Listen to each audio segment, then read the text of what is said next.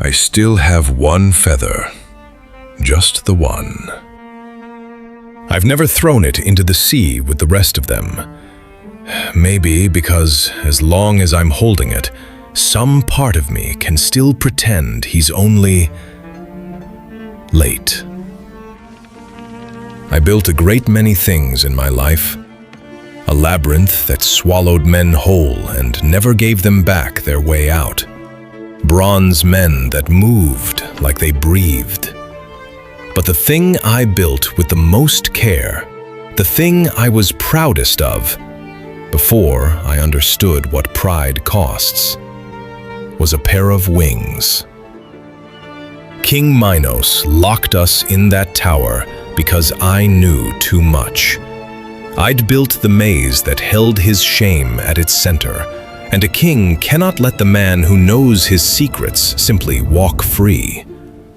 So he kept us, fed us, let us watch the sea every day, and never once let us near a boat.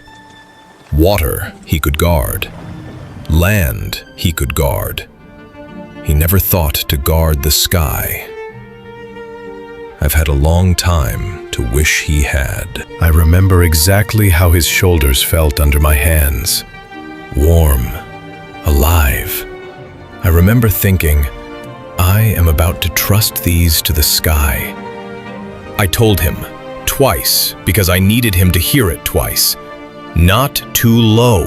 The sea will soak the feathers and drag you under. Not too high. The sun will melt the wax and you'll come apart in the air. Fly the middle path, Icarus. Fly where I fly. He nodded. I believed him. We didn't have time to be afraid. We just stepped off the edge of everything we'd known, and either the wings held or they didn't. They held.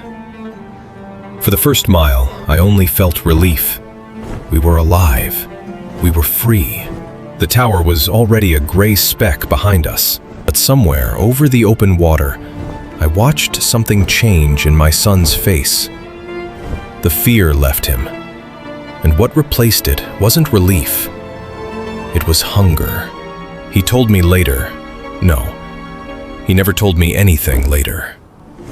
I only imagine what he must have felt, because I felt the first taste of it myself.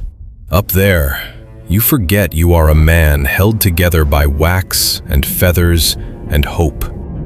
You forget you are anything at all except the flying. He wasn't Icarus anymore in that moment. He was something that had never once touched the ground and couldn't remember why it should. I called after him to slow down. I don't think he heard me. Or he heard me, and the sky was louder.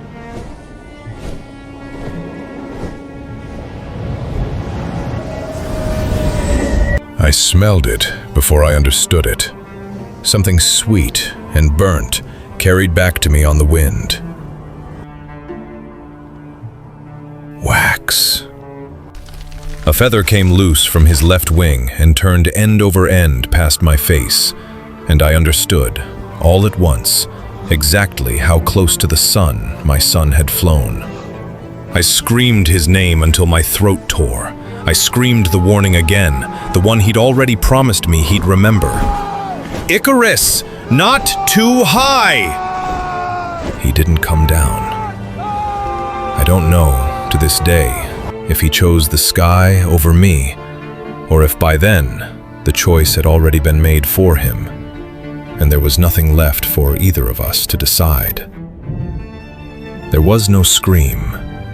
That's the part no one believes when I tell it.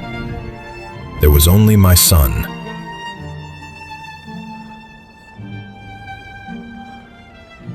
And then there was only sky where my son had been.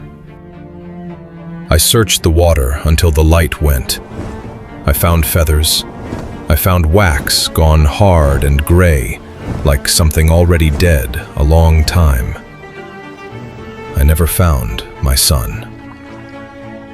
I flew the middle path home, every single mile of it, I flew exactly where I'd told him to fly. Low enough, slow enough, careful enough. And I have hated myself for that carefulness every day since. Because it meant I could have stopped him. If I'd flown faster, if I'd flown less carefully, just once, for him instead of for myself. We call it hubris now, like it's a flaw that belongs to somebody else. Some myth, some fool who flew too close to the sun. But it was never the labyrinth that undid us. It was never Minos, or the tower, or the sea. It was the moment freedom felt limitless enough to ignore a warning. So I'll leave you with the only question I never got to ask him. If you had those few minutes, truly weightless, truly free, closer to the sun than anyone before you, would you have flown the middle path? Or would you have climbed anyway?